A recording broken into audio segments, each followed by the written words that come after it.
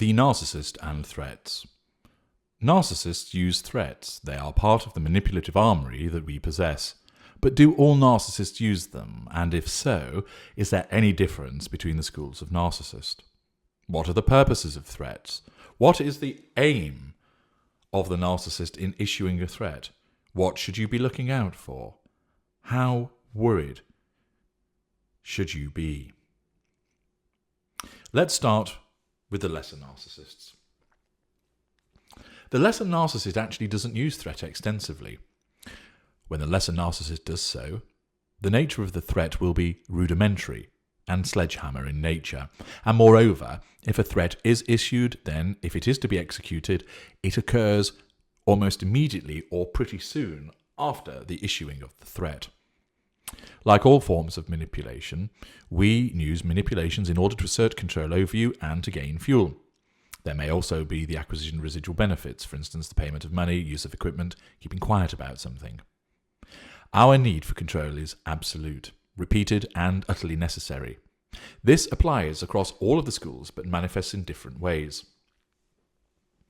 This need for control is all about the instant, the here and the now. It's not about last week, and it's not about in a month's time.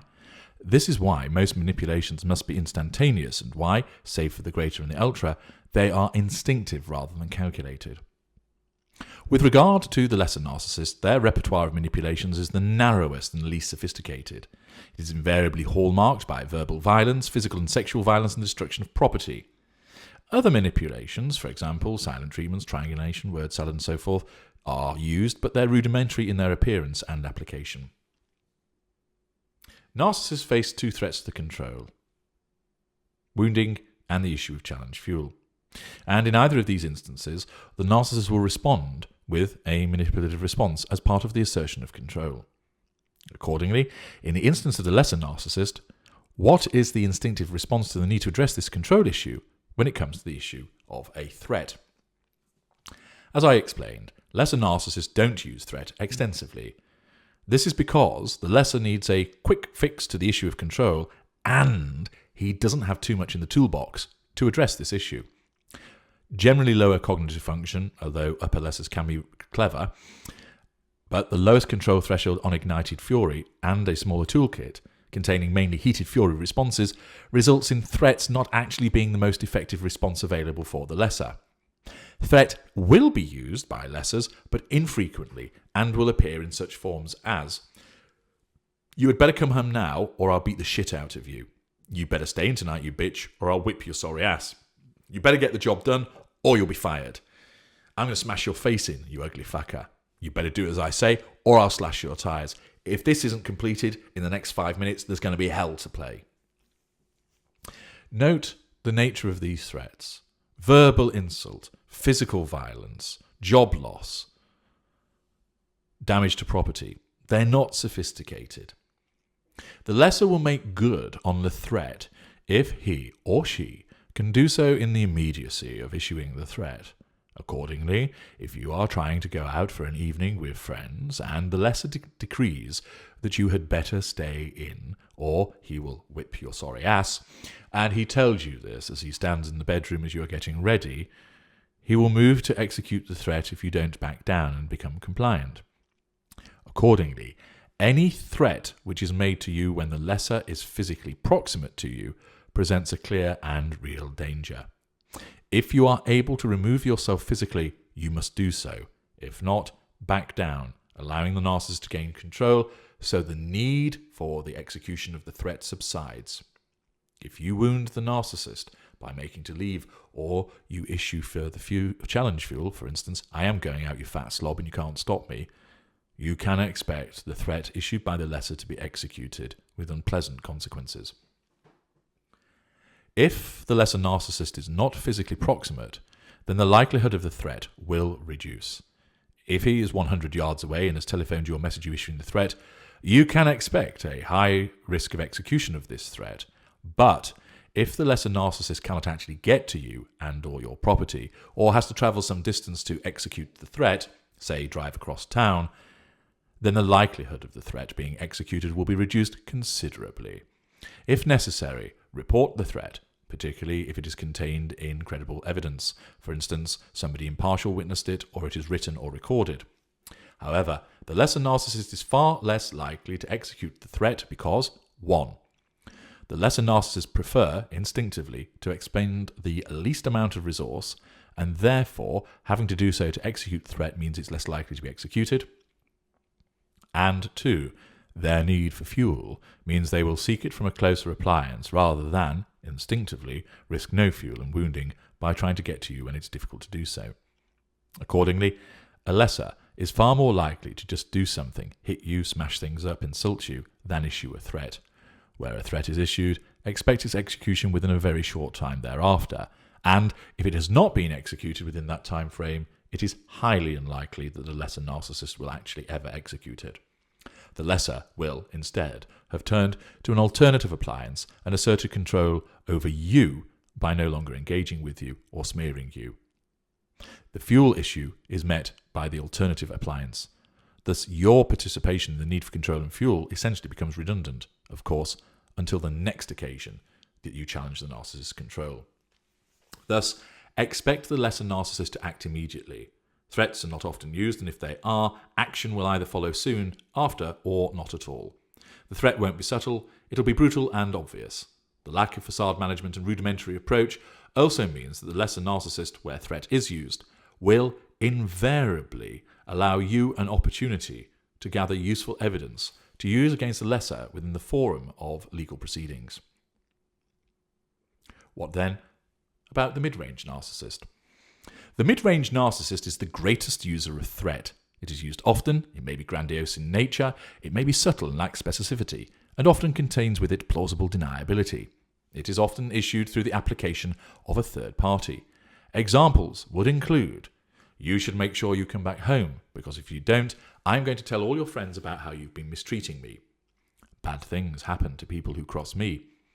I am going to make your life hell, little lady. If you don't do it, I will post those pictures of you so your kids see them. You should know better than to mess with someone like me. I am dangerous. That was not very clever. You should watch your back from now on. Nobody does that to me. I will make you pay. I'm going to get the police onto you for what you have done. If you don't give me my possessions back, I will tell your parents, and what will they think of their little angel then? Note, in those examples, the lack of specifics in many of them.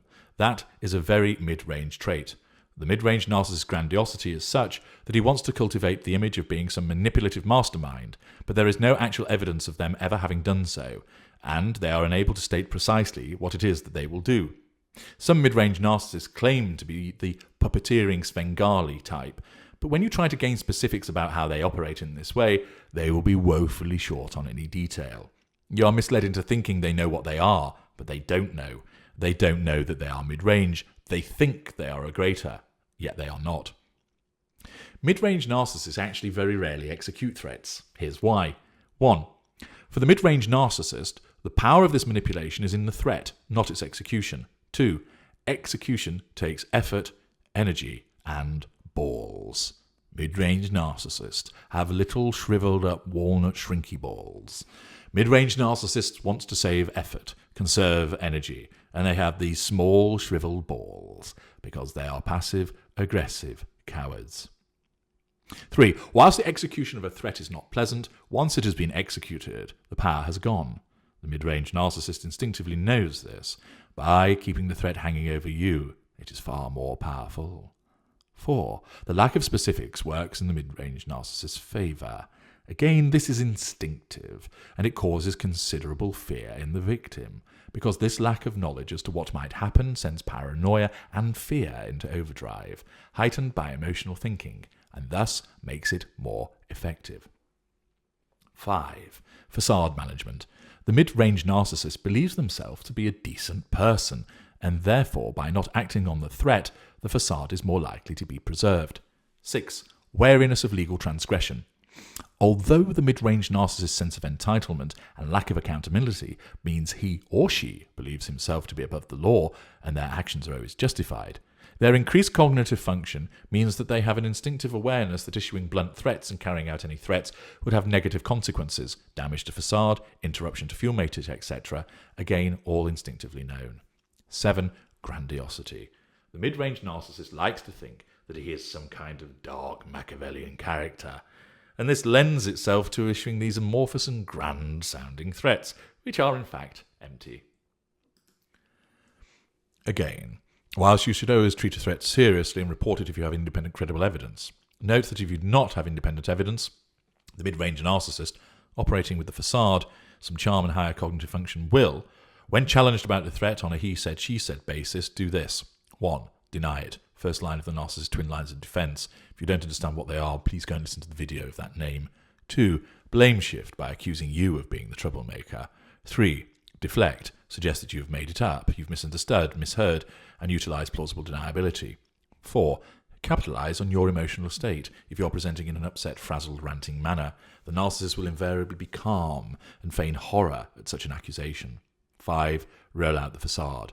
Rely on their pillar of the community status, friendship with the mayor, standing as a well-regarded professional, and use lieutenants in the coterie to support this, and undermine you, making future complaints all the more difficult for you to progress.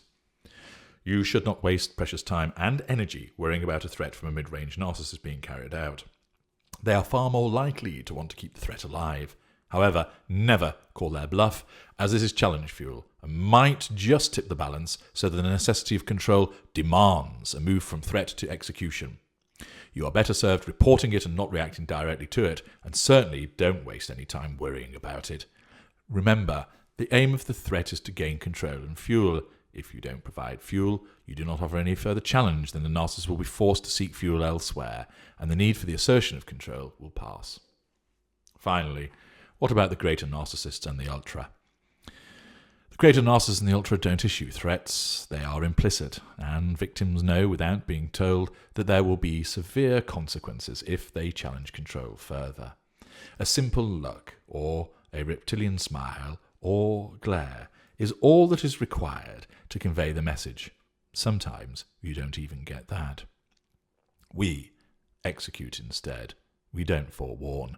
And invariably, quite some time later, and out of left field, it happens, and you don't even realize what it is and why. We don't forewarn you. That hands you power and control, and therefore we must not do that. Instead, we know that you know what we are capable of. We let you create the threats in your mind instead. That is powerful in itself, completely deniable. You've thought it up. We said nothing. And highly effective. And then, when you think the risk has passed, we carry out the act.